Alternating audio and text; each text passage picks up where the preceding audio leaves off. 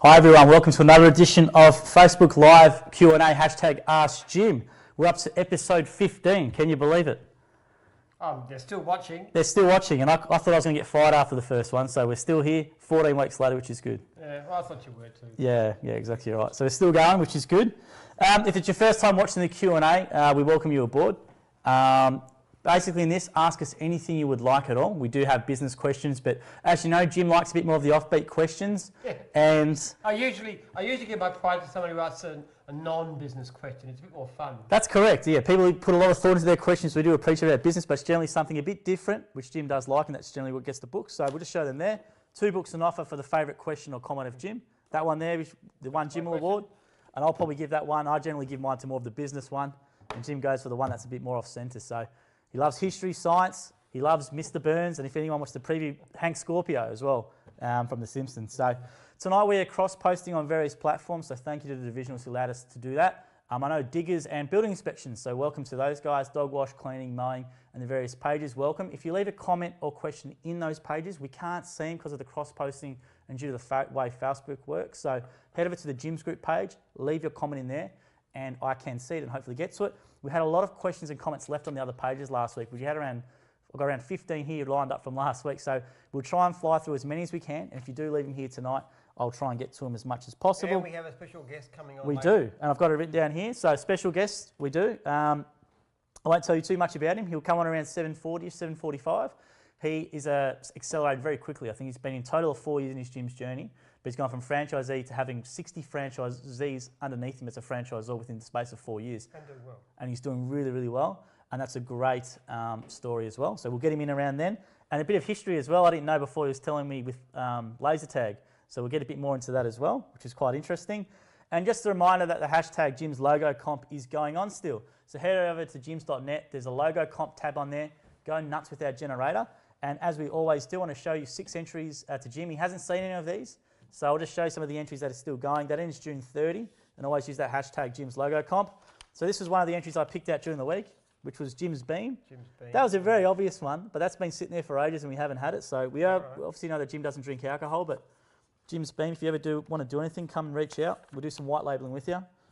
Then we got the next one, which was Jim Tiki Tours. Tiki Tour. Yeah, the old Kontiki Tour. So that's not a bad one. I've gone travel with hashtag Mo Regrets. So very little clever one there. Have you ever done like a tour in Europe or anything like that, Jim? Or your children? I am no traveller. No travel at all? Hate travel. Hate it, yeah. I don't mind the old Kontiki. They're good fun. Now, the next one I've got Jim's Botox. And they've sort of warped the face there with Botox. So Yeah, obviously Botox is a bit of a craze at the moment. I don't know why, but it looked like a bit of a stung by a few bees. But a bit of a swollen up face there, Jim. I look my age. I have no desire to change that. You don't need any Botox, Jim. Don't worry. You're going all right. The next one here is Jungle Jim's. All right. I didn't mind that one at all. A very, very creative design there of Jim there on the couple of the Olympic rings. Very smart, very clever, play on words. The next one here we have is Jim's ball tampering scandal. Do you know what this one is relevant to? Yeah. Something about some... The Australian cricketers. Yeah, the Australian cricketers who used to got in trouble with some sandpaper. Do something to the ball. Exactly right. So Jim's ball tampering scandals, and away we go. And this is the last one here, which is quite funny, which is Jim's Mint Business, bussies. Now, what that happened is we had a company reach out to us, a young fella did. Basically, what he wanted to do is, bussies who go around picking up glasses or whatever, they're called bussies in nightclubs. Right. So what they wanted to do is...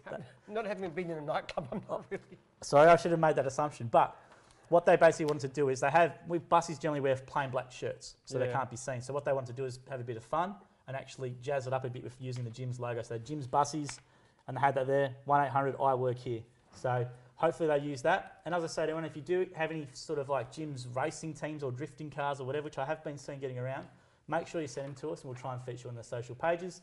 And head to the jims.net site and use the hashtag Jim's logo comp and enter. Some really good prizes to be won. So let's get started into the Q&A because we've got a lot of questions to run through tonight. So Tony Gregg last week, he's a Jim's building inspection guy in New Zealand. He's a really good man. He goes, hey team, I had a call from a local building inspections competitor asking if I could service one of his inspections as he forgot he was flying out the day he booked it. Unfortunately, I couldn't help him out during to being booked out myself. I'm humbled that he reached out and actually he wants to get together and talk about what I'm actually doing differently. What are your thoughts on sharing my story, on our story with the competition? I tell anybody everything. We have no secrets in gyms whatsoever. Anybody who wants to. I've actually had people I've talked to who want to get going in franchising, and I said, well, why don't you come and do all of our complete course, no obligation, nothing, and just learn everything we've got to do just for the cost of the course, which is a few $100, and you can go and do it yourself. So I never hide anything from anybody. But I'm pretty cunning though, because I do know that when somebody comes and does our course, they can look at it and say, "Jeepers, these guys know what they're talking about." So yeah, that's always very encouraged on the on every live feed we well, do. if you look at the books, like this book here, I put everything in there, and we don't hide anything, because in general, I find that helps you, because you tell people everything about what you do, and some of them may go and copy you, but they're always behind. But a lot of people look at it and they say, "Wow, this is impressive." And that's why we do this as well, is because we're not hiding anything. So it's a live, transparent environment. If you want to jump on anytime you can and ask him a question. So the next one last week was from Marty York, and he says, if I was to buy a mowing franchise but wanted to do test and tagging and general maintenance, can I do it all, or would I have to buy other franchises as well? You can do anything you wish as a franchisee. You can do test and tagging, but the only thing is don't get your clients upset, because if you go and do test and tagging and you don't know what you're doing and you burn their house down, you're going to be in trouble. If you want to take test and tag leads from gyms, that's a very different issue. So if there was unserviced test and tag leads, you'd have to be actually certified by the test and tag division. So that's a different issue. But what you do yourself is no problems. We had one franchisee in building inspections who actually was a builder. But the trouble was he wasn't a very good builder. I mean, he had all kinds of problems and complaints about it. So in the end, that caused a lot of trouble, and we parted company with him. Yeah, that's a really good point, and we do have a lot of cross-divisional. We call it cross-divisional internally. As long as they're qualified to do it, I don't think there's much. You've also got to be careful what insurance you have too. Yes. Just because you're insured to do one job doesn't mean to say you're insured to do another job. So if you're a cleaner, you could probably be insured to clean windows, but not necessarily to mow lawns or something like that, because they're different jobs and they have different insurance. So it's important to have public risk cover for all the jobs that you're doing. Yeah, that's a really good point. And but you certainly don't need to buy two franchises. Yes, no, definitely not. Very few people in gyms own more than one franchise, because generally speaking, they have as much work as they can handle in the one franchise. So we've got a few people tuning in now. So just one of the questions that come via the other pages was from Joseph Hupp, and he's gone, "Hi Jim, what is your advice for someone who is planning to start a business?" It's a very generic question, but what would you do? If you were to start again and you're starting a business, what would you do differently? Well, actually, realistically, what I'd do is come and I'd raid the gym's group training and find out how they do it. Well, I mean, I do that all the time. I research. I'm always reading or listening to talking books about business. I want to know what other people have done. And so I'd find out everything I possibly could. But I think doing a training course with one of your competitors is probably a great idea. Once again, I'm being a bit precious about it. I do think that if you did our course, you'd probably be impressed enough to quite likely want to buy from us. But all the same, research it. The way I used to sell lawn mowing grounds in the early days was, before the franchise, I used to actually tell people about how to run or even build their own business. So I had a little brochure that said how to buy or build your mowing business, and somebody came to talk to me, and I gave them that. And it was genuinely the best advice I could, and I would advise them on how to go about it and what to do.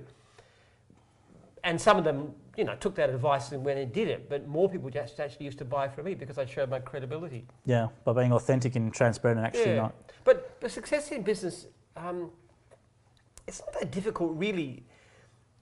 If you getting started in the beginning can be hard, but the basic thing is you've got to be passionate about your customers, and you've always got to be changing what you do.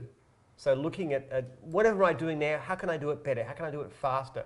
If a customer's unhappy, why are they unhappy? What can I do to solve that so it doesn't happen again? Just keep on improving what you do, and you can start with anywhere and you can get anywhere.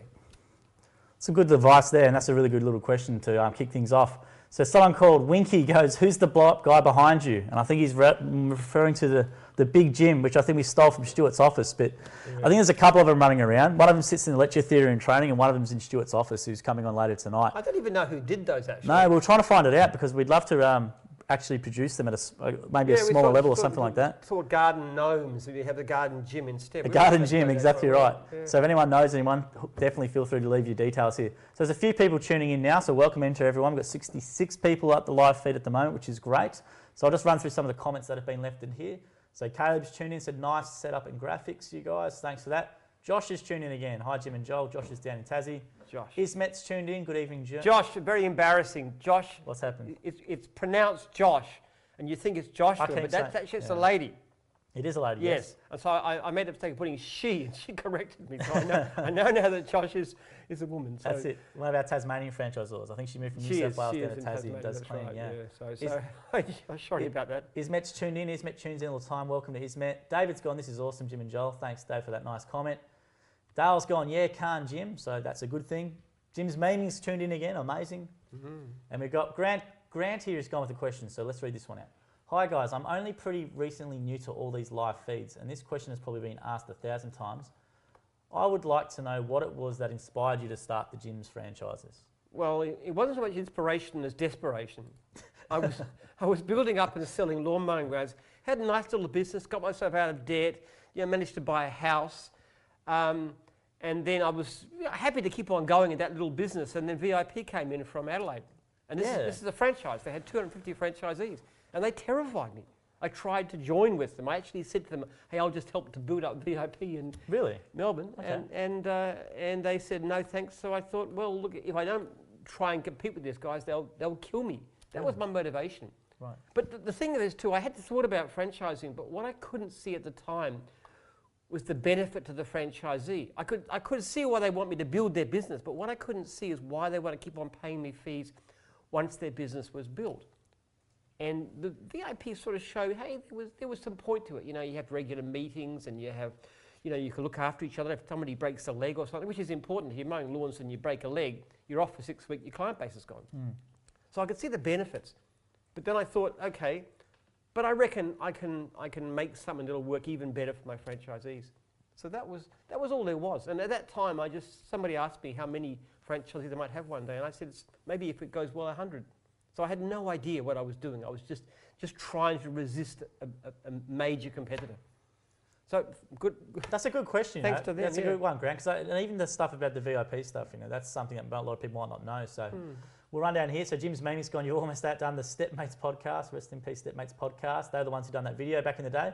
Grant's actually gone for a follow-up question. How can I purchase Jim's books? Well, Amazon's got them. Gyms.net. There's a Meet Jim section which has this one as a downloadable audiobook and PDF as well. Yeah, that's the one you can get for free. So head to gyms.net and go to the Meet Jim tab. You'll get that one for free as an audiobook or downloadable. And that one there is via Amazon or Booktopia, that one there. And you can get that one. Dale Price has gone Jim for PM. What did you think about the election, actually? Were you surprised by the result? Yes. That's my question. I was. You were? Oh, yeah. Everybody was surprised. Yeah. I was stunned. My wife actually woke me up in like 2 in the morning. Because I hadn't bothered to watch the election, it was all over, I knew for a year ago that Labor was going to romp it in. Yeah. So then she woke me up at 3 in the morning, and she was looking at these Chinese sites, and she said, "Oh, the Liberals win the election." I said, "No, they must have misunderstood." Chinese, they couldn't know what's going on really. Yeah. But then we just we got up and looked at, they won. Who would know? Who would know it? I was pretty pleased. I mean, I was delighted. It's probably not good for Jim's group though. We really need a big bad recession to have a lot of unemployed bank managers and stuff and buy franchises from us. But exactly right, because that runs into a question I want to lead into from Sean Daly last week. He says, wouldn't a recession be bad for gyms, as everyone would hold their dollars and wouldn't spend too much? Yeah, but the trouble is with that is that 1 in 4 of our leads are unserviced. We had 180,000 unserviced leads last year. We cannot, it's the franchisees we're short of, not the clients. Most of our franchisees are completely flat out. So we really, the best time we ever had was back in the Keating recession back in the 90s. We grew by 40% from 1,000 to 1,400 franchisees in 1 year. Last year, we've grown 1%, which is terrible. It's the worst growth ever, but the economy is too good. We need incompetent government in this country. You need an incompetent Bill Shorten to come in and Well, look what happened when the Liberals got in. Immediately, the stock market goes up, it skyrockets up, and the interest rates are going to come down. I mean, this is bad news for gyms. Exactly. People are hanging on to all these high-paying jobs. They're not getting thrown out of work and coming to us. We've got to wait. Boys, another 3-4 years. We've got to wait. Yeah, I really, if I looked at my economic sense, I would be out there knocking on doors for the Labor Party, even more for the Greens. Have the economy tank. Yeah. You might be a Labor booster next year. We'll see how you go, or a Greens one.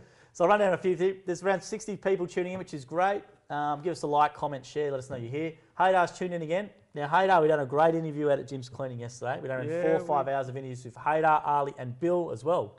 And had a look at their offices. They've got a really nice team. Great team out there. So I'm looking forward to having that released in 2 weeks, which would be awesome. Haydar's a gun with his team as well. And we're going to go through all of our divisions because we've got this great video guy who's just sitting over there, who's being acting as our producer. Exactly right. Jake's going to do all these great videos of all of our divisions. So we're doing long form interviews, and we did all of cleaning yesterday, and I think it'll be really cool. Matt Sheldon's tuned in again. Hey Matt. Nellie's tuned in. Hi Nellie. I don't think from I think bookkeeping you are. We got who else we got there here? Jason Pollock. Hi Jim and Joel. Congratulations on the 15th live video. Thanks for that. Alex is tuned in. Now I'll pull over to some of the questions from the other pages over here. So let me just open this up. So Belinda Hadley says hi from Jim's Dog Wash up in northern Queensland, which is great. A lot better weather up there than down here. Vinny Gibbs gone, why? Hey, what do you mean? What's wrong with our weather? Not good. There is nothing wrong with Queensland that wouldn't be fixed by moving it 1,000 k's closer to the South Pole. All that muggy heat, you've got to be joking. No. We've got beautiful weather in Melbourne, beautiful weather. No, not my liking, Jim. I like wearing a t-shirt all year round. You got Vinny Gibb, he goes, why did you close up Bayswater Welding and Fiberglass? It's not closed. It's not closed? Yeah. Actually, what happens, my wife took it over. She's a lot smarter at business than I am, that's for sure. Yeah, so... we were losing money for 2 years, and Lee moves in, who knows nothing about fiberglass or anything else, and she makes it profitable within 6 weeks. So it's up and running. So if you just Google Bayswater Trailers, I think it's called now, is it? Yeah. Bayswater Trailers, yeah. I think it's Bayswater Trailers, Vinny. So if you punch it into Google, it'll come up for you, or Facebook as well. Yeah. Michael Badabalani's gone here. This is actually not a bad question. He goes, what do you think of VIP? My mate's starting one. Starting a VIP franchisee, yeah. Yeah. Look, VIP is actually a decent sort of system. I got a lot of respect for Bill Viss. You keep in contact with Bill still? I do, yeah. We've been in contact. We're talking about swapping surplus jobs because we have so much surplus work that I contacted him a few weeks back and said, Bill, would you like to take some of our surplus work and you give us ours? So you feed our fit. You know, we'll give you work we can't handle to you and you give work you can't handle to us. So we help each other. That was the idea. So we're actually doing the IT for it. Now, Bill's a good guy. I've not heard anything bad about him. There's some really shocking franchises in Australia, but VIP is not. Yeah, you don't really see much bad press about him at all. I've never seen too much at all. No, I think he's an ethical guy. And look, I'm good luck to you. I mean, I would rather have you come with us. We're still competitors, but I'd like to know why he went with VIP. But all the same, I got a lot of respect for them.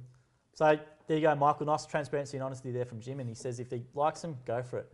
So Billy Cook's gone, I can't wait for Diggers I want in. Diggers is up and running. So you can do Jim's Diggers straight away if you want. So 131546 or go to the website or even on Facebook. Bill Cobanogli's gone, hey. So hey Bill. Bill's a nice guy. We gave Bill a little interview yesterday, so looking forward to that one. He didn't want to do it, but Bill was great. Twist his arm, yeah. We twisted his arm. He's a good talker. He's a good actor in front of camera, Bill. He was good. Ali's gone here. This is a different one. I don't know if you might know anything about this, but I'll ask you anyway. He's gone, what's your view on BSL, breed-specific legislation for dog wash? What? Breed-specific legislation. That's the question. What's your view on breed-specific legislation? Maybe give us some more detail on that one. We don't really know. I have no idea what that means, actually. Yeah. So that's something we probably don't know about, but put a bit more detail there and we can ask it directly. I'll get back to some questions here. So Renee from last week, she actually messaged your page, which is the Jim Penman. She's gone, hello, Jim. Renee here from little old New Zealand. I would like to know how to build clientele and is it good to be firm with people? And should I ask the customer to pay before I do their lawns and gardens? So multi-pronged question there.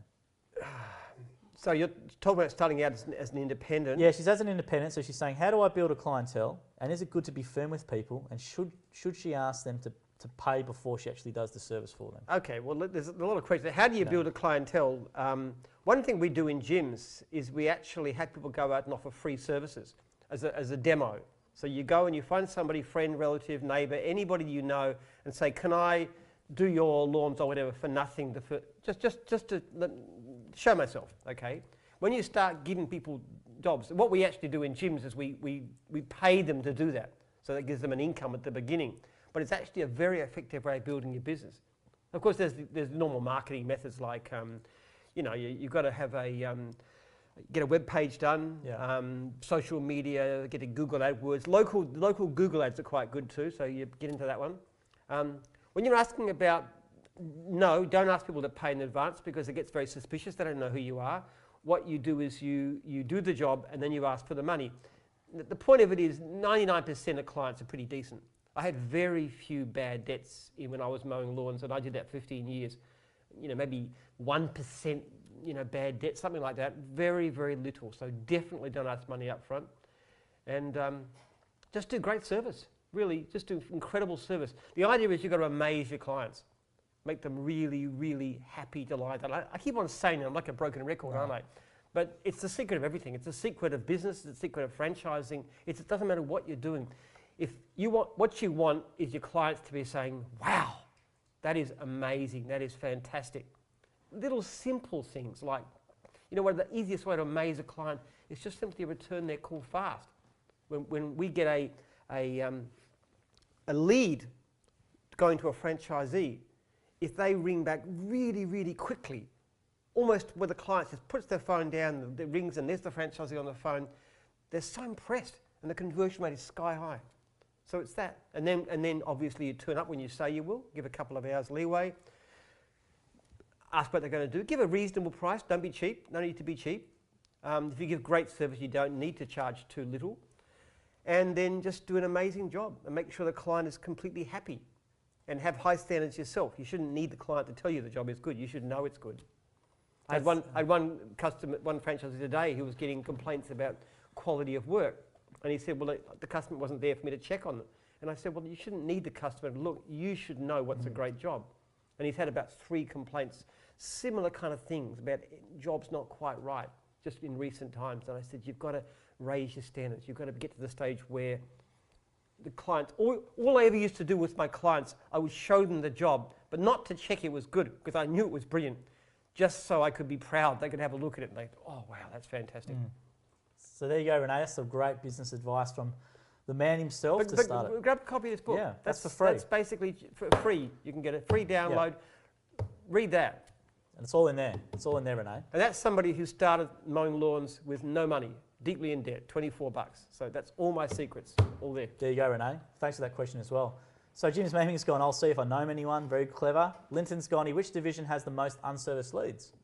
Proportionally speaking, fencing. Fencing proportionally. Yeah. Oh, we got Was terrible. it 60%? It's about 60% unserviced. Handyman's also pretty bad. Mowing, certain times of the year, is pretty bad. Fencing is the worst, yes. Oh, we could, other divisions like roofing and stuff, jeepers, we could do with roofing people. Yeah. Usually the jobs that are very hard and physical tend to be the ones we struggle most to get people to do. They're actually, to my mind, the most lucrative. The more soft and white collarish it is, the harder it is to find work, and the more physical and tough it is, the easier it is to find work. That's my experience. That's very true. Matt Bailey here's gone, g'day Jim, you need Jim's Pool Care to come to Geelong. Melbourne will make a killing. We do have Jim's Pool Care, I presume, in Geelong. I definitely know we would. Don't we? Yeah, we would, definitely would, Matt. So there's definitely there for something you're interested in.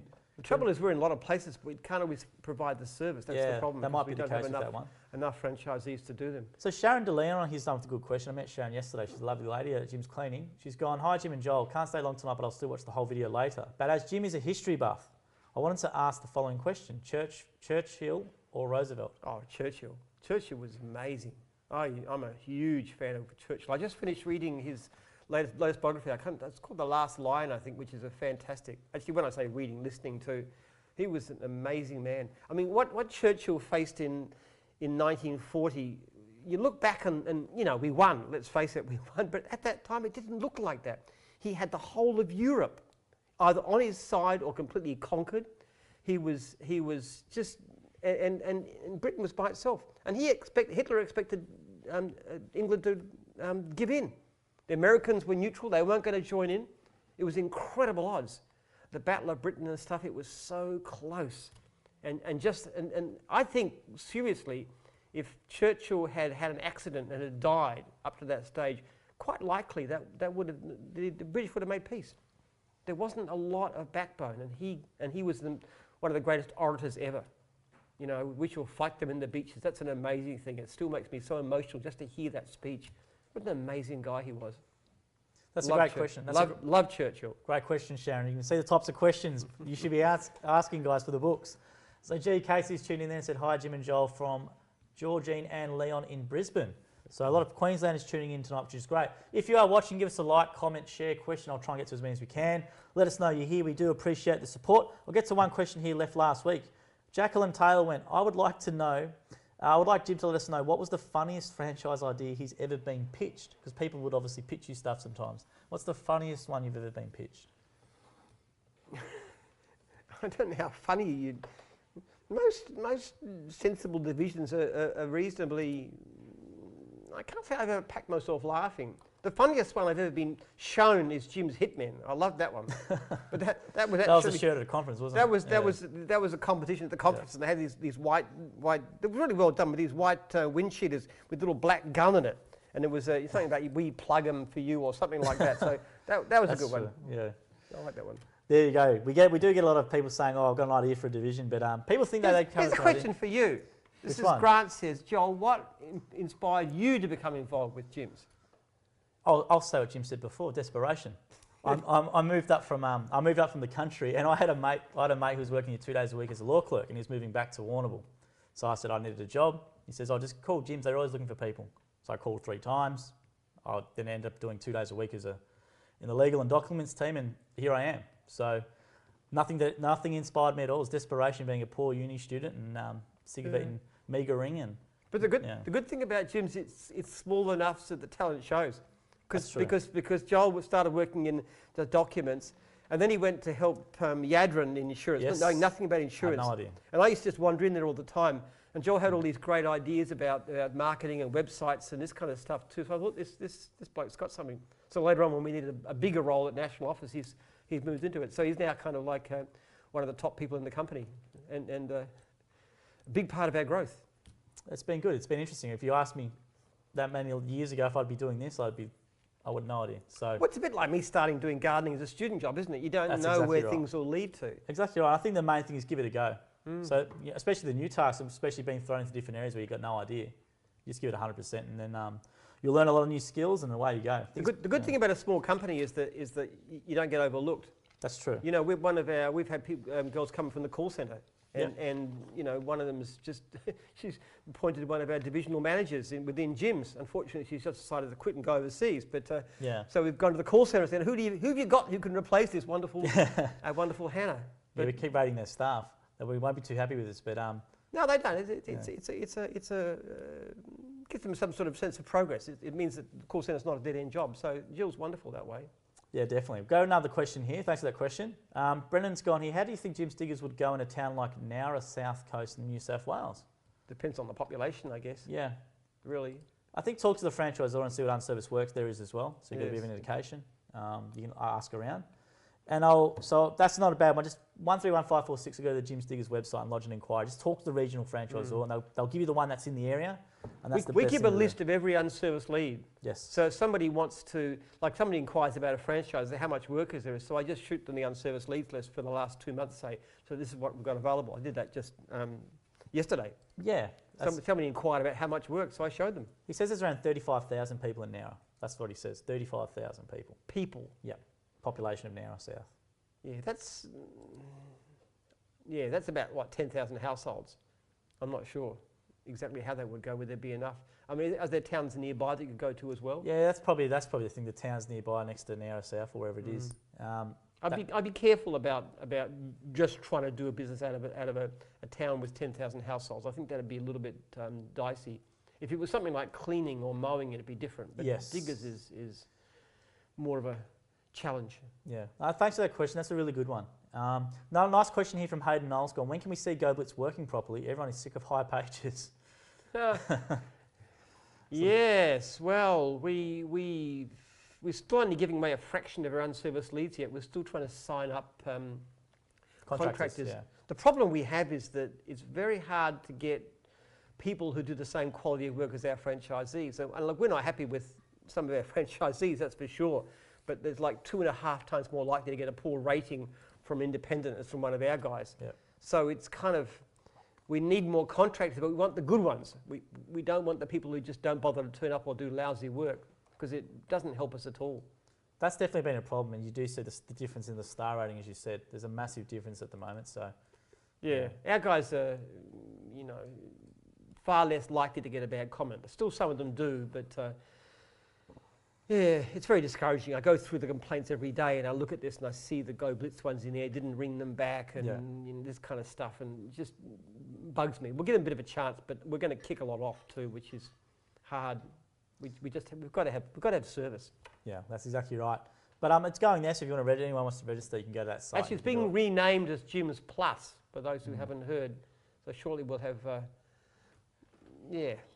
We'd like to get to the stage where there's enough money coming in from the independents buying the surplus jobs so that we can start promoting the thing, giving our franchisees more. That's the idea of the whole thing. That's definitely a good point. Thanks everyone for tuning in. Don't be shy. Leave us a question, comment. We appreciate any like or share you give us as well. Helps us with the engagement. Now, I'll keep running down some questions here real quickly, and we're going to bring Stuart Rainbow on in around 10 minutes, 10 to 15 minutes as well. So if you've got a question with someone who's actually currently been a franchisor, which means they have franchisees or been a franchisee himself, leave them down here now, and we can also ask Stuart, who's actively doing it. So Stephen Gambrellis via the Skip Bins page last week went, "Hi guys, I'm a franchisee from the Gold Coast. I enjoy it, but it does get a bit tough as it is about price with the Skip Bins." So he's saying for his particular service, it's only about price. What kind of advice can you maybe give for Stephen? It's not only about price at all, but price does issue probably because it's such a defined job, so it can be an issue. But I don't think our guys, I know a number of the guys here, they don't compete hard on price, they compete on service. It's things like dropping it off, picking it up when you should, those kind of things. Building a relationship. One of the things you do with Skip Bins, obviously, is you've got to approach people. Whenever you pass by a builder or anybody else, you'd stop, have a chat, give you a card. If you can build a good relationship on the ongoing, there's actually quite a few of the Skip Bin guys don't even take much work from the office anymore because they've got so much work themselves through their repeat clients. And the key to that is service. And if we deal with people here or anywhere, we don't just get the cheapest price. We want somebody to clean the office, for example. We don't just want somebody who's going to, come and do it real cheap. We want someone to do it well. So I don't be too disheartened about it. Just keep on trying. Give fantastic service. I know a lot of people say, I actually had experience once where a handyman franchisee was saying that everybody's out competing him and he's only getting like 1 lead in 4. So I asked him what he was charging, and then I rang up 2 guys just at random from his own area, and I asked them what they were charging, and it was very similar. In both cases, they were getting 3/4 of their leads converted into jobs. Right. So I said, it's not the pricing. They're charging the same as you, but they're getting most of them. So what are you doing different? How quickly do you get back to clients? That makes a huge difference. How fast do you return a phone call? Seems like a basic thing, but that's something that obviously does really work, as you know from some franchisees who jump on here, like Shane, I remember, and he makes the game of how quickly you can call them back. And he was getting like 85% conversion. This is the guy who turned over $4,900 in his first week. Yeah, as a mowing guy. I mean, that's not typical, of course. Yeah. But that attitude of making it a game to see how fast you could, wowing the client with service. We don't like cheap. We don't like people charging cheap. We push it very hard. Great service. Wow them with service. We'll push really, really hard on service. But try not to compete on price. Now, in the beginning, when you're a bit short of work, okay, be reasonable. But the busier you get, the more you can afford to charge. That's the view. Yeah, I think, but once you get that client as well, by making them a regular, I don't know, those little things after you make them a client, you can do little other things, Yeah. Give them 3 business cards, you maybe even give them a gift or something. You don't know, like maybe just keep them in your system somehow. I was talking to one of the cleaning guys actually, and he was complaining about lack of work and not getting repeats and stuff. And I checked on his surveys, and one of the things he was getting a lot of price knockbacks. So he was actually, people were saying things like he's charging double what the other guy did and this kind of stuff too. And I said, well, if you are plentiful work, then charge a lot. But if you're quiet for work, then think about moderating your prices. And if you're not getting the hourly rate that you think you should by charging a lower price, then try and work on your efficiency. Yeah. Because if you're inefficient, you're going to have to charge a high price just to get you a decent hourly rate. But if you can increase your hourly rate by, if you can get the job done in 2/3 of the time, you can actually charge the same, but get more money. Yeah. So that's the secret of it. That's a really good one, Stephen, and thanks for writing that one. He's from our Skip Bins division. Welcome.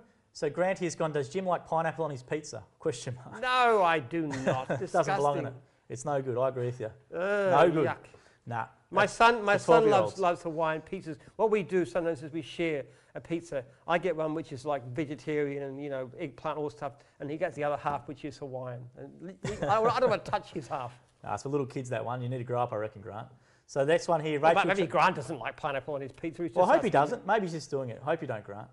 Actually, if I get a veggie pizza which I like, I'll take the pineapple off if they put me on, and the anchovies. Oh, I'm very similar on that one there. So Rachel Chambers has gone here with a nice question. Which modern day leader or businessman woman would you like to sit down with and pick their brain? If you could sit down with any of them, let's say 3 hours and have a dinner, who would you want it to be? Elon Musk, I think.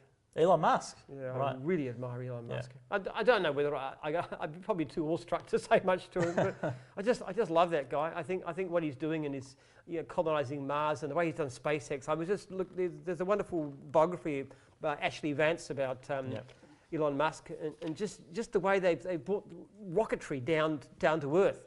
They're able to launch things like a third of the price of anybody else. I think what he's doing is magnificent. Having a lot of problems with the cars, of course. Yeah. But you do want a Tesla. You always say you want a Tesla when you get a bit more money. No, I could afford it. I could afford it now, but when it comes down in cost. I'm not going to pay a ridiculous amount of money. My car's worth about $6,000. So that's enough true. for me. That's true. When electric cars come down to a decent price, I'd like to get one. And I'd like to get one. And I've got on my farm, I've got solar panels on the roof, and we get more power than we can possibly use. They give us we don't get a rebate, but we don't pay power bills very much. I like to drive it up there, which I do quite often, power it there from solar power, and never have to pay 1 cent for petrol ever again. Right. That's what I would like. But I'm not going to pay 150 grand for a car. But I do it on the principle. So thanks everyone for tuning in. We've got a lot of viewers still watching, which is great. Let us know here the comment, question, like, or even the share. We are trying to get to as much as we can. We do have Stuart Kono probably coming in another 5 minutes. If you've got any questions for Stuart, he's a current franchisor and has been a franchisee. Leave him there. I know we've got 1 or 2 already in the feed, which we'll ask him. Now, I want to go through some tricky ones here. Now, just in the order of transparency, we had a building inspections franchisee. He went onto the live video last week and he left a lot of questions, all right? They're probably they're not overly positive, but I wanted to read them out just for your thoughts, okay? So we'll just go through here. They're a bit long. I tried to get them condensed down, but I think I'll read them. So one of them here, he goes, so he's a building inspections. So he goes, who owns the website? In my mind, the division owns the website, and the better the website performs, the more money the call centre and the franchisors will be making. At the Jim's division group, it is expected of the franchisees to pay more money towards the website SEO to grow their business. From February 2019, with the reason we have to grow our business. My argument is the more I put into the website, the more leads I generate for the franchisor and the call centre. My question is strongly, do the parties making money from lead fees, are they not the owners of the website? During tonight's discussion, you were appalled that no leads come through and there's no work for franchisees. Do franchisees have to pay additional for SEO, or should this already be included in the franchise fees or advertising contribution? It is included in franchise fees. That's what you pay for as a franchisee. I think one thing that's fairly... I think you're asked to pay extra on top of the contribution. If there's not enough work coming through, the franchisees can choose to pay extra. Correct. If they wish. They're certainly not obliged to. Yeah. There's nothing in the contract that says you have to pay more. The thing, but you're asking questions about, yeah, we all make the money. Yes, sure. If you get more work, I get more money. But one thing you've got to think about, if you get a job, let's just say it's worth, I don't know, skip in, say it's worth $200. Okay, you get $200 for that minus your costs. Now the lead fee would be, what about, skip in's about $30? Oh, that's building inspection. He'd be $40 in building inspections. Okay, yep. Sorry. So $40 for building inspections. Yep. Your franchisor gets, 85% of that? How much? What's our fees? 15%? The discount should be 15%. No. What's our national fee? So around 15%. Yeah. 15%. So out of that $40, your franchise, we're going to get 15 comes to national, which is about $6, of which we get half. So we get $3, and the divisional gets $3. So you're making $200, we're making $3. And out of that $3, of course, we've got a lot of expenses. We spend nearly $2 million a year on IT, for example. So it's kind of saying, yes, people often say, Jim's, you've got millions, but you've got to understand that the margin we get is very, very small. In fact, the BRW actually rang me up because they wanted me to be in their Rich 500. And I said, you've got to be joking. And they said, oh, we'll do it on turnover. Yeah. I said, well, turnover doesn't really cut it. Yeah. If we get the best part of $1 billion a year in turnover, but our share of that is a fraction after the franchisee gets most, the franchisor gets most of that, the divisional splits half of what's over, and this is our portion. So yes, what we actually do, and this is our portion, and you know, some people think we should take all of our little thing and pour it into advertising. We actually do things like this, and like Facebook Live, and like other kinds of things where we can use what we have to create a lot more interest. And I do notice one thing. There was a comment somewhere I was reading this morning from one of their franchisees. Actually, it was in the franchisee survey that we do every year, and he was actually saying how much of an increase there'd been in leads since this book came out. Now we basically did this. This cost you know, quite a lot of money to do it, and then all the publicity and everything else. But that's how we can be helpful. Yeah. And in fact, if we took all the money that we spend on those kind of things and put them into like paying for a TV campaign, you'd see about a 99% reduction in the value of what we do. And just to those playing at home, SEO stands for search engine optimization. And Andre, you're not alone. There's other divisions who they do pay extra on top to have their website ranked higher for more keywords. So the higher you are in the organic search result, the more trusted a customer likes that result. So you do have to keep maintaining SEO. So it is a long game, and you have to pay a lot of money to stay up there. And he asked another question. I'll just go because he wrote a really seriously longer question. I do recommend you also email Jim or call him as well, Andre. But he says that he bought originally a territory with 40,000 households. When he requested to change the territory, he was offered a territory of 17,000 households and warned that this would go down to 10,000. That's what he was told. So let's maybe tell people about the territory and the households back. Well, I spoke to his franchisor Cornelius about this. Yeah. And I did say to him actually, well, Cornelius said he is giving him the full 40,000. Okay. He's just in a different area. But I actually said to Cornelius, he's actually got to write another contract to ask it, because there's a clause in the contract that says that if you want to change your region to a vacant region in the same region, you can do so as long as it's not larger than your existing region. So Cornelius wasn't aware of that, but it's an actual fact, it's a writing contract. Yeah. So in fact, he was given the territory, the larger territory, but he actually has the right to demand it. And that's also why it's very important sometimes for franchisees who've got issues to come to me, because I know the contract very well. I've written it and rewritten it. And these kinds of things that are in the contract, not all franchisors are aware of, but I could have given that advice to if you've asked me direct, which is why one of the biggest problems we have. It's funny, you know, franchisees are often so reluctant to contact me. One guy today was just saying he knows how busy I am. I said, I'm really not. I'm happy to help you out. The biggest problem we have is that people don't contact me when they should contact me. Correct, and that's exactly what I want to make the point with Andre. Just Jim is, obviously this is a great platform to ask this, and that's why we want to do it. But I do recommend you email him and obviously call him as well. I am very easy to contact. If you're a franchisee and you want to talk to me, I will answer your email fast. I will ring you. I will take your call. I never, ever turn away a franchisee. That's very true. And it's very valuable because it helps you, but it also helps me to understand what's going on. That's exactly right. So what I'll do is run through a couple more people who have commented on here. Great. Leave a like, comment, or question. We'll try and get to as many as we can. We've got Stuart coming on in 1 minute. I'm going to ask one more question to Jim, then we'll get Stuart on. So Jossie Brock is from Bookkeeping up in Queensland. Another Queenslander. Welcome. Gene Stone's tuned in and said, we need Gene from Jim's Bookkeeping up there in Queensland as well. They need more cleaners and bookkeepers in Townsville. Computers would be welcome too. Nellie Irwin's gone on Jim's fencing, so much work and no one to do it, as you've heard before. So I'll just ask we're actually taking over the fencing division as of the first. So we've boarded off the people who've had it, and we're going to start a big push to get fencing working. So if you are fencing or thinking on the edge of it, we have so much work for you. Come on board. We're also going to bring the price of the fencing franchise. They were charging a ridiculous amount. We want somebody able to come in and pay $15,000 and get a business because there's so much work. There's so much work. Was it 6%? My 6 out of 10 jobs is just turning away.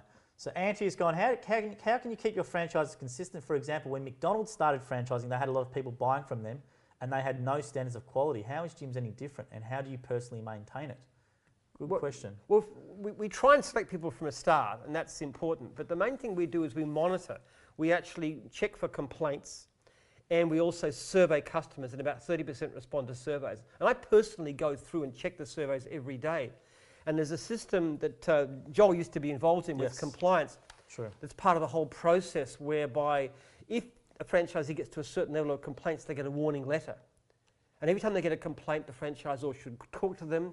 If they continue getting complaints, they get a breach notice. So there's all this stuff going on, all these pressures and all this retraining and so forth. If they get a breach notice, they have to go back for retraining. We're actually starting a new system, and like this is an advanced warning for franchisees. It'll come out at the end of the month. We're looking at a system whereby franchisees who've got a better rating, especially 4.6 and above, are going to get a bit of priority in terms of work.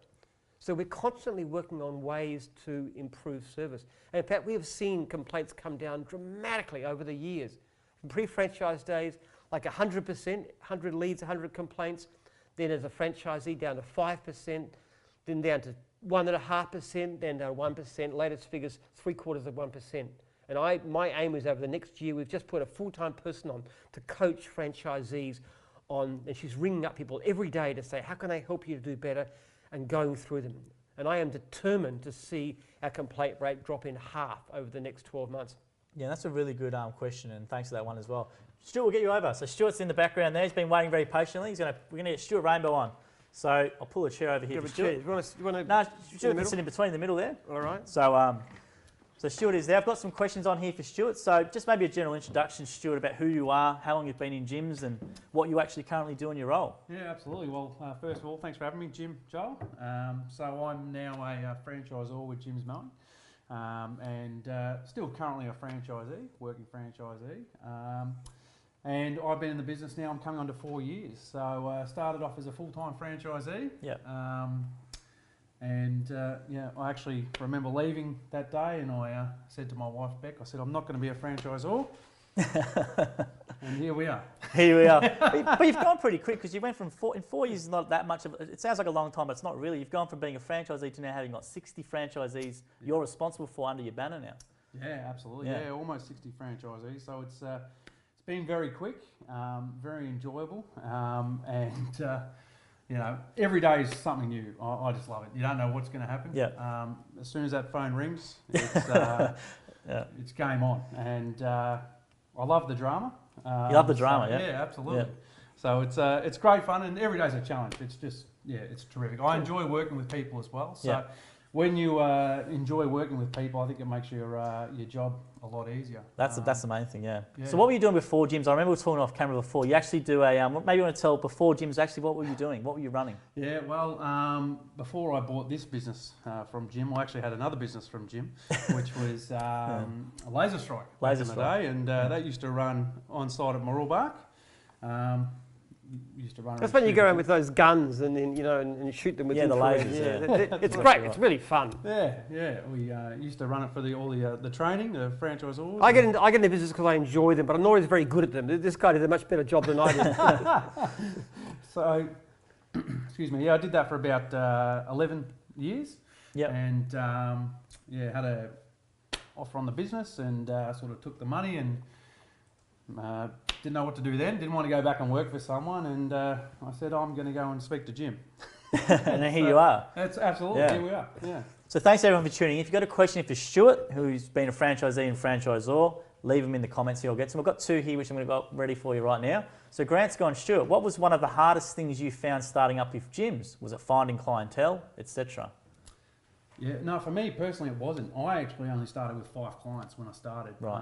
I was out there proactive. I was knocking on doors, asking for referrals, doing the 1%ers, leaving my cards in my neighbouring properties in my territory. So clientele for me wasn't difficult, because I honestly believe if the work's out there if you want it. I remember going up and down the highway, even just stopping in the wineries and asking them, what work do you have available? Or do you need any work done? By asking those questions, it just opens a can of worms. And if you've got confidence in actually going out and asking people, and if you have someone turn up the door, I mean, this brand, the Jim's brand, it's becoming an absolute beast. We know that it's growing at a ridiculous rate. Probably one of the most recognisable brands in Australia. And if you turn up, you've got the trailer in the back, you're looking presentable, you're all in uniform, and you're asking for work, or you see there's some work out the front. Hey, while I'm here, do you want me to give you a quote on that, on that bush you need pruned or that tree? they're not going to say no. Yeah, while you're here, come around and have a look at the back. Fantastic. Hey, my name's Stuart. What's yours? And that's how it starts. So my first year started off with 5 clients as regulars, which with nothing. Quite fortunate though. I did sell a business before it, so it wasn't dire straits. But I ended up doing over 90,000 that first year. Really, in your first year business? Yeah. Yeah. Yeah. Wow. Yeah. So a lot of the stuff you're saying, I know, comes from the book, but it's what obviously in training as well, which is that basic stuff and actually approaching and asking. Because I know with Jim, in your early story as well, you used to say, go to the neighbours, I've noticed you've got this, that needs doing as well. Just being proactive and actually asking and being not shy to ask as well. Yeah, correct. All right, so that's a great question. So I've got a question here from, sorry, you go, Jim. Well, let me ask you a question. You're a franchisor now, and you're going through the franchisees are actually giving their feedback on what they think about you. How do you feel about that? Are you nervous at all? I am. I am. Look, when I wear my heart on my sleeve of what I do. I love helping the guys out. They know every time I speak to them, I always finish off with saying, is there anything I can help you out with? And they'll either tell me if there is or if there isn't. Most of the time, though, the guys we work with, we're quite fortunate, and Jim, the franchisees they're really good guys. Yeah, Guys and girls, we've got husband and wife teams. And we've all got something in common. So we've all got the same name.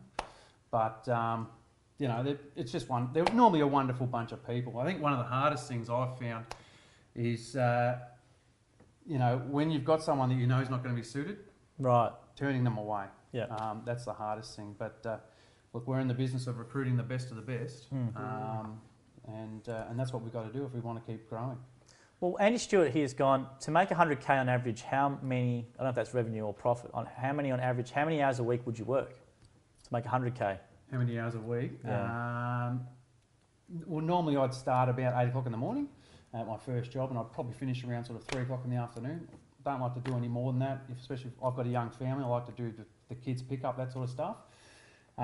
Saturdays, I did the laser tag for a lot of time, so I don't like working weekends normally. I'm available all the time on the phone. How much would you make now? Starting at 8, working at 3, stopping at 3. How much would you be turning over now?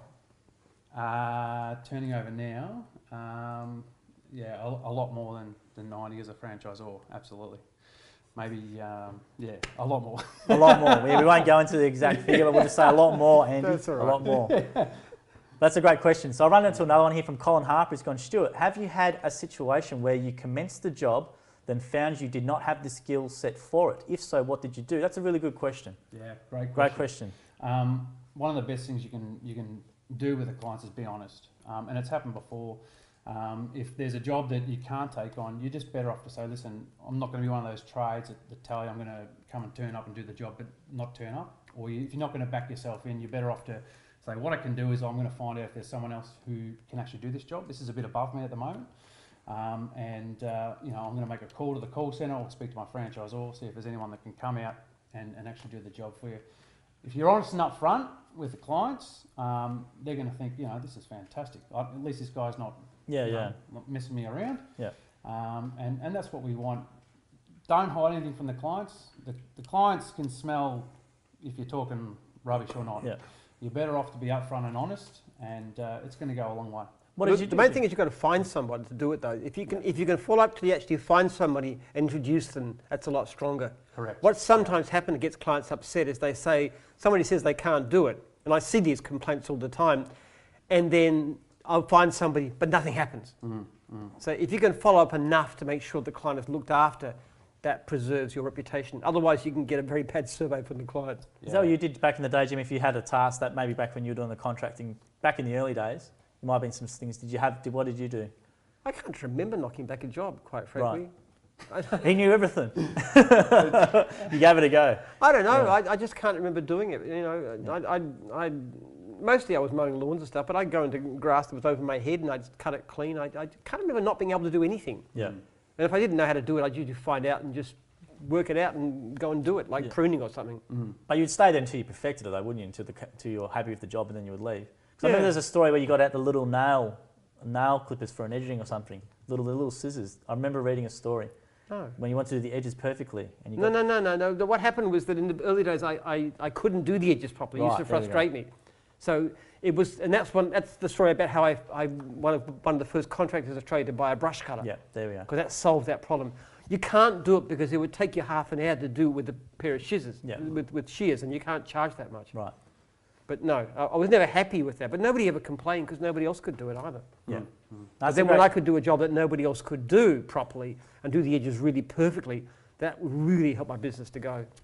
That's a The brush cutter's great, isn't it? Oh, It's an incredible. amazing Absolutely. machine. Once Yeah. you get the hang of it, once you go to use it, Yeah. you can do a job better than any client because they don't know how to use it. They're all clumsy and it's all wonky. Yep. But we are professionals. We know how to make that really clean edge and it just looks magnificent. That was a great question, Colin. Thanks for that one there. Yeah. So Christopher Kowalski's gone, hi Jim, I'm a 28, and Stuart, hi Jim, I'm a 28-year-old ambitious man seriously looking into purchasing a mowing franchise. What advice can you give for a successful one?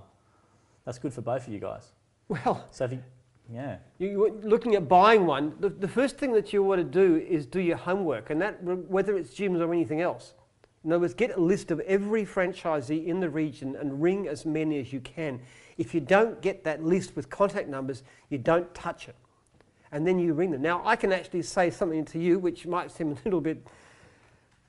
Most of our franchisors do a good job. There are some that I wouldn't buy a franchise of. Seriously. So do your homework. And there is a few are going to get breach notices as the result of this survey. It's going to be finishing up over the next few weeks. So do your homework, find a great franchisor, find someone that the other franchisees think is brilliant before you go into it. yeah, And then you just go in there and buy it. And buying a franchise is very good because your chance of success is dramatically higher than as an independent. I mean, that's the advantage of it. I mean, I was lucky because I started part-time, so it was easier for me. And then when you go in, you just give great service. what about your advice, Stuart, for him? Yeah, I would also say actually go out on the road and actually speak to some of the franchisees as well. Find out, you know, what they think about in their local area. We've got with gyms. One thing I love with this business and this organisation is we've got nothing to hide. So you'll find that the guys are going to be honest and upfront. Like you know, you guys doing this sort of thing in your 15th week. Yeah, We've got nothing to hide. So go and ask the questions. As Jim touched on, you know, do your homework. Also, see whether you like the job. It's important too when you go on the road. Yeah. Actually work on the job. We've had people actually go out and get into business and discovered after a week or two they hate it. yeah, That's not very common, but it does happen. So make absolutely sure that you want to do it, that you enjoy doing it. Because I don't know about you, but I really find mowing lawns, it's a fun way to make a living. Yeah. I still enjoy it. You know, I got my farm and I dig my potato patch. That to me is fun. Yeah. It's a good job, isn't it? It is. Oh, You're it's outside, fantastic. you've got trees, you've got grass, you're Absolutely. physically active. It's a wonderful job. So make sure you enjoy what you do. I think that's a good thing. When we had the interview with the cleaning guys yesterday, they said the same thing. People would always go, which one makes me the most money? All the time. I said, it's the wrong question. I said, what do you actually like doing? So go out and try a few things. And that's the thing that always comes down. They send the ones to me that don't know what franchise they Yeah. want, and I contact them and ask them, and they say the same thing. They ask me which is going to make the most money. I said, no. What do you enjoy doing? Do that, because in the end, first of all, you got to love what you do. Otherwise, life's a bit of a drag.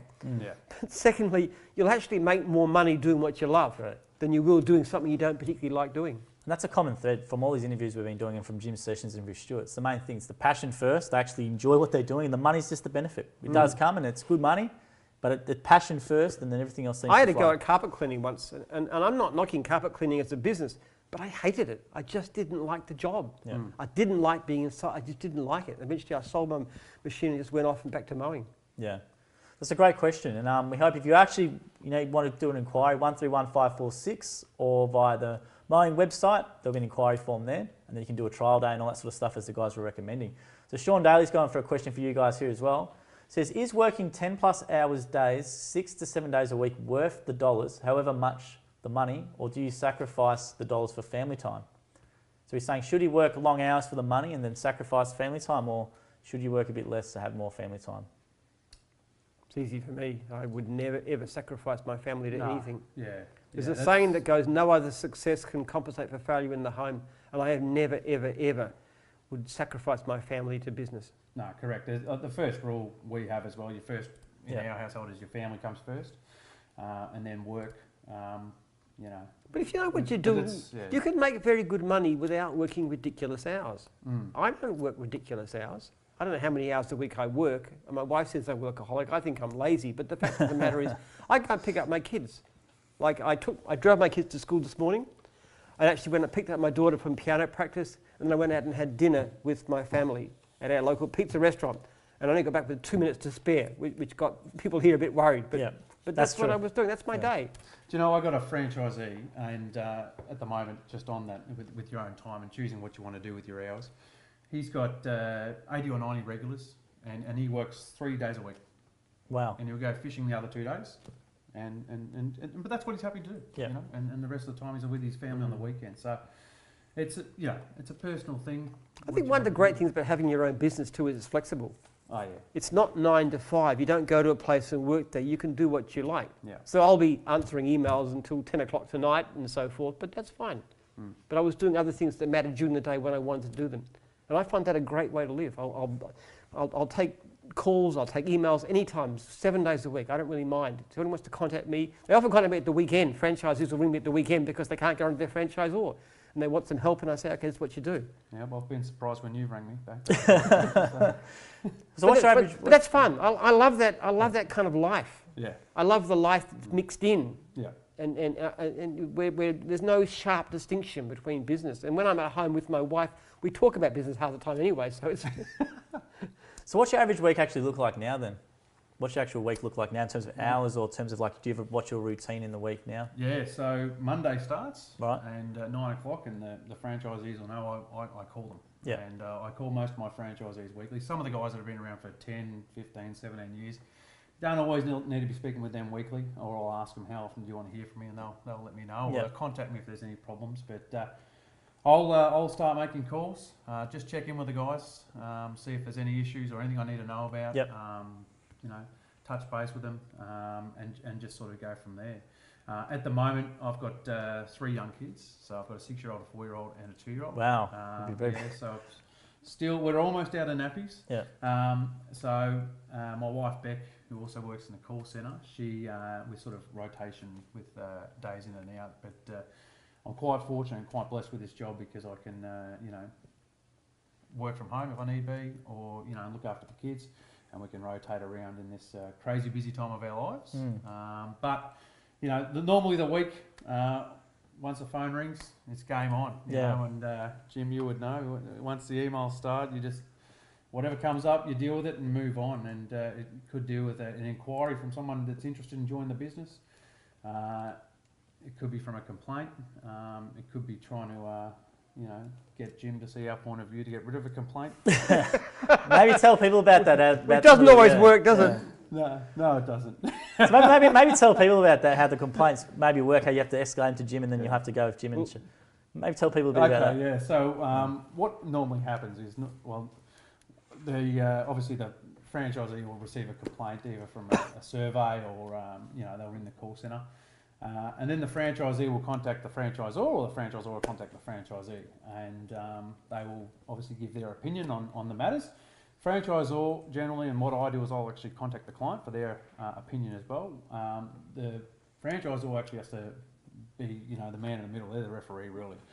And we can't get rid of complaints. I wish we could. There's only one person. You wouldn't get a lot of complaints. There's only one person Very true. that can get rid of complaints. So we go grovelling. And Jim will, we all know what he's like with customer service, and he's... So I say, Stuart, where's the proof? You say they rang the client, okay, I want the evidence of if the client said they didn't contact them, I want the evidence, proof of the phone call, and I also want the text that they sent to follow it up. Yes. Now, if you don't send me the text... One's never enough. One's never enough, because it's in the manual. Yeah, that's right. Because if you just ring the client and leave a message, they won't get it. So you have to follow up with a text. Hey, hi there, this is Stuart, just called you about the lawns. Yes. Please give me a ring back on phone note. If you do that, you're covered. That's right. And also make sure, franchisees, you're leaving notes. Ring the call centre straight away. Jill, Beck, sorry, but ring the call centre, leave notes. And if you send a quote, if you email a quote, again, follow up with a phone call or a text. If you do that, you're fine. Correct. Yeah. So correct. little things like that, actually, just doing. So what I'm doing is actually trying to encourage, because they still ring me, they'll still contact me and say, oh, he didn't put a text in, but can you give them a go? Yeah. And I say, well, the client's not happy because you didn't text them. Yeah. So learn the job next time. So I am pretty hard. Definitely is in the manual because Jim's told me that about half a dozen times. So. They still try. Yeah, that's right. The reason why I want to mention this to you guys is just because a question we get a lot of the time from franchisors and even from customers. There's obviously new players from digital disruptors coming in like Airtask or Hire Pages, whatever. Yep. But the reason why cheap and ask, but the reason I wanted to point this out is that process of what you're talking about now. That sort of that back end process after the job's been done to keep the customer happy is so onerous. There's so much that goes into it. Complaints are not taken lightly at all. You've got the CEO of the company who's dealing with the franchisor about complaints on a daily basis. It happens. I'm telling you now, whoever's putting their seed funding to push Hire Pages along at Fairfax or whoever it is, they're not doing that. Well, I think that's another reason why the brand is growing, because there should be an avenue for complaints. Yeah. You know, and it's going to happen with all. You know, when you've got humans involved, there's always going to be humans. I do delete multiple complaints a day. Yeah. For example, if you were to ring up the client and say, why did you give them a 2-star rating? Oh, it was just an outrageous price. That's okay. I'd trust you. You tell me it was price and I change it to a price. Yeah. And it takes off the star rating. So I will change them. I'm happy to do that. Yeah.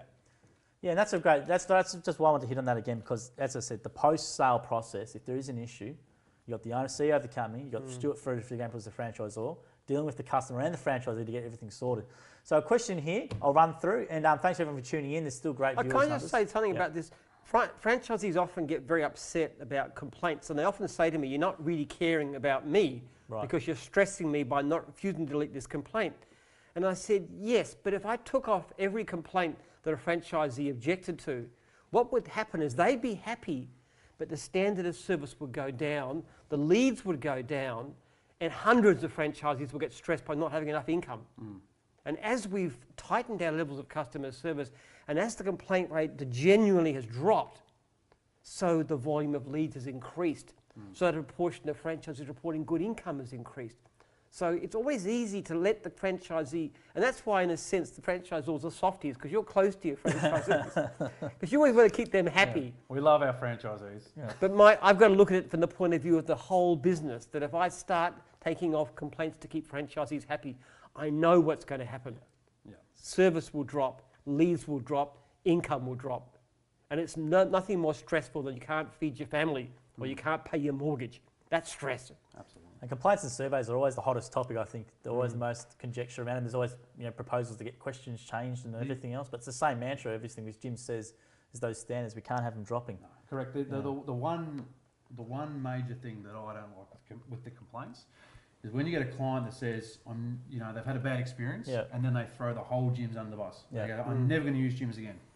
Well, that's why we have this process. Do you know what I mean? And I have read that hundreds and hundreds and hundreds of times, and it's always distressing. Yeah, it's not good. And it really, it hurts me because I know it's hurting my franchisees. And even though, ultimately, my number one customer is my franchisee. They're the most important clients for us. They're the ones we're most short of. But to look after them, they have to look after customers. Yeah. And that's the hard truth of it. You can't be nice all the time. And franchisors sometimes want to be nice, don't you, Stuart? Absolutely.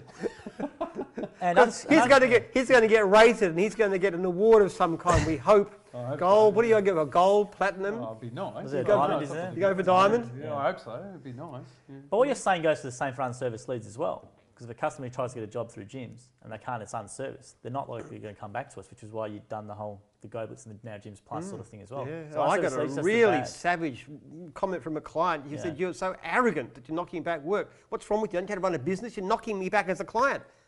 He's called us arrogant. And I said, what am I supposed to do? We haven't got enough franchisees. Can you come and help us? Exactly right.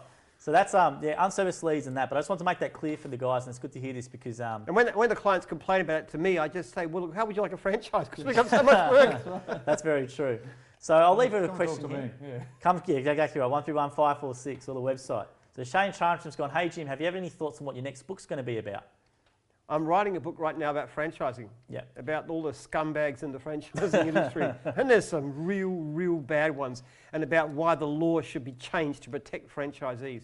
There's a whole stack of ways that things should be done. The franchising code is pathetic, absolutely pathetic. It's a breeding house for lawyers and tax accountants and stuff. It's garbage. There are a lot of things that could be done to protect franchisees, like having full disclosure, like like universal franchisee surveys displayed up front to any prospect, like the right for franchisees to walk away and go independent. We just charge $4,000. You want to go independent? Most will overcharge you is $4,000. Everybody should be able to do that. Protecting franchisees with sites against unreasonable escalation in rents, for example. You know, we actually give our franchisees the right to veto changes to the manual. Why shouldn't franchisees have those kinds of rights? So there's just basic stuff that we've been doing in gyms successfully for 30 years that we think should be the law of the land. And if you've got any stories, you can email Jim directly on that. Yes. And that's we know we want to actually. Yeah, Jim@gyms.net. Just tell me if you've got any stories about people who've been ripped off by franchises. We want to do a real expose out of that, make a big public stink, and try and persuade the government to change. I've actually spoken to every inquiry I can and told them what they need to do, and they completely ignore me as you'd expect. Yeah, you see that just too political, too much inaction. There's a lot of obviously big business involved. There's a lot of private, the publicly listed chains who have all these big. And the franchisors are going to say, "Oh, you can't do that; it'll ruin us." Well, I'll tell you what, it doesn't ruin us. We've been very successful following these principles. All we want to do is to say, "Why don't you make it the law of the land that you should protect franchisees the way that Jim's Group does?" What about you, Stu? Do you have any thoughts on that? Obviously, there's an inquiry and stuff like that. What would you see? Any changes maybe to the law or anything like that? Absolutely. I mean, we're the biggest franchise group in the Southern Hemisphere. Yeah. I don't know why they're not looking at us more. Yeah. We're number one for a reason, for our customer service and for our the franchisees. I tell when guys join the business, and the franchisees should know this, that this business is actually set up purely for the franchisees. That it's a misconception out there. When I meet with some people, they think that we take a percentage and everything. Yeah. I hate it. That's not the way it works. We don't make you buy your equipment from your franchisor. We don't get a percentage of your income. This is the fairest franchise system that you're going to see.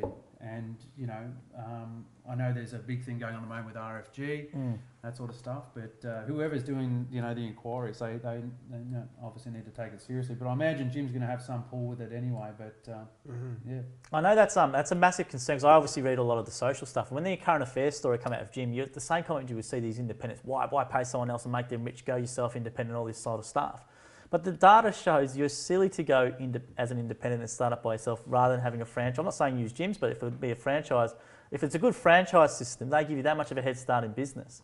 I know with the rate we sort of trip up. How many guys in your first year have you seen not do well after? Yeah, not many. Not many. Obviously one or two gone down with, but that's just due to their own... It's a matter of attrition rates. There's this American Cleaning Association. I forget the actual thing, but you can look it up on the website, and they estimate that 60% of cleaning businesses fail in their first year. Well, the figure for gyms is 10%. I think it was more than that. It was more than 60. I think it was like 90 or something. No, it wasn't that. Was it 90? No, one of them was 90. No, I'm thinking it was about 60%. But that's not Find that uncommon. article. But that's how a franchise, and it's not just us too. I mean, any decent franchise system means that you've got a much better chance of surviving because you get the training and the help and the extra work to begin with. So from that point of view, it's a good idea if you can afford it. Yeah, that's a good one. And one more here before we let Stuart go. Jared Bywaters has gone, Stu, are you planning on expanding your current regions? So you maybe do want to tell people you've got 2 regions. You don't have just one, you have 2. So he's saying maybe you're expanding it. Jared's one of my franchisees. He's one of his Z's. Jared, you guy. Look, absolutely, mate. Like yourself, when you run a business, you always just want to continue to grow. So, I'm going to continue to grow. What do you have like a goal in mind in terms of numbers, or maybe by the end of the year, or maybe sort of what's your ideal sort of, or you just don't know because you wouldn't have said you were in this position 4 years ago. That's right. Yeah, we'll just have to wait and see. Wait and see. What comes up. I don't know. We'll just wait and see. I'm happy doing the franchise all role at the moment with this, and if opportunities come up, well, so be it. But you never know. You might start a new division one day. You never know. That'd be nice. Yeah. So we'll wait and see. But Jared's going well. He's a great little franchisee, and he's. Which territory is he in, Jared? Which territory? He's in Croydon. He's in Croydon, right? Yeah, and he's going to Very close. go from strength to strength. That guy. So he's a real battler.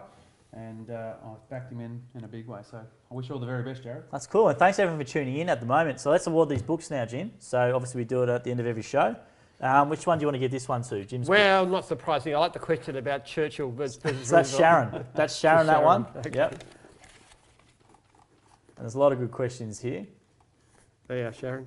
So for Sharon, DM, well, we obviously will have your address anyway, but DM us your details just to make sure, and I will post it out to you. Now, Stuart, was there any question that you liked in particular that you can remember off the top of your head, or? For you? No, for you. Yeah, let's for this one here. So was there anything that you like, maybe, or that you can remember? Maybe one for you. Trying to think here, what was one for you? Let me have a look here. Just going down the feed here, guys. Sorry, seeing these questions. I'll go this one from Grant. He's a new viewer. He says, what was one of the hardest things you found starting with gyms, finding clientele? Great question. So I'll go for that one, Grant. Well and done, you DM us your details. So can you sign that one to Grant there, then as well, please, Jim? So that's for Grant.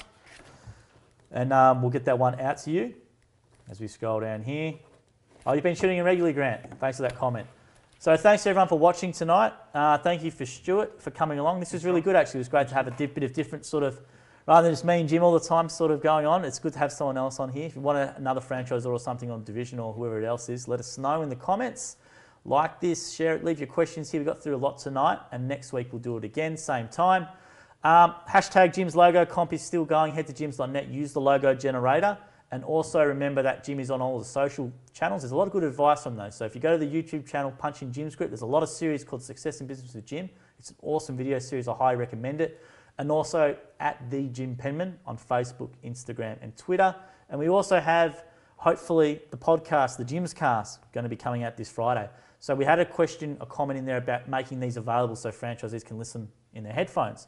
So they will be in podcast version. Great question. That was a really good question. So we'll have around 15 of these as podcasts.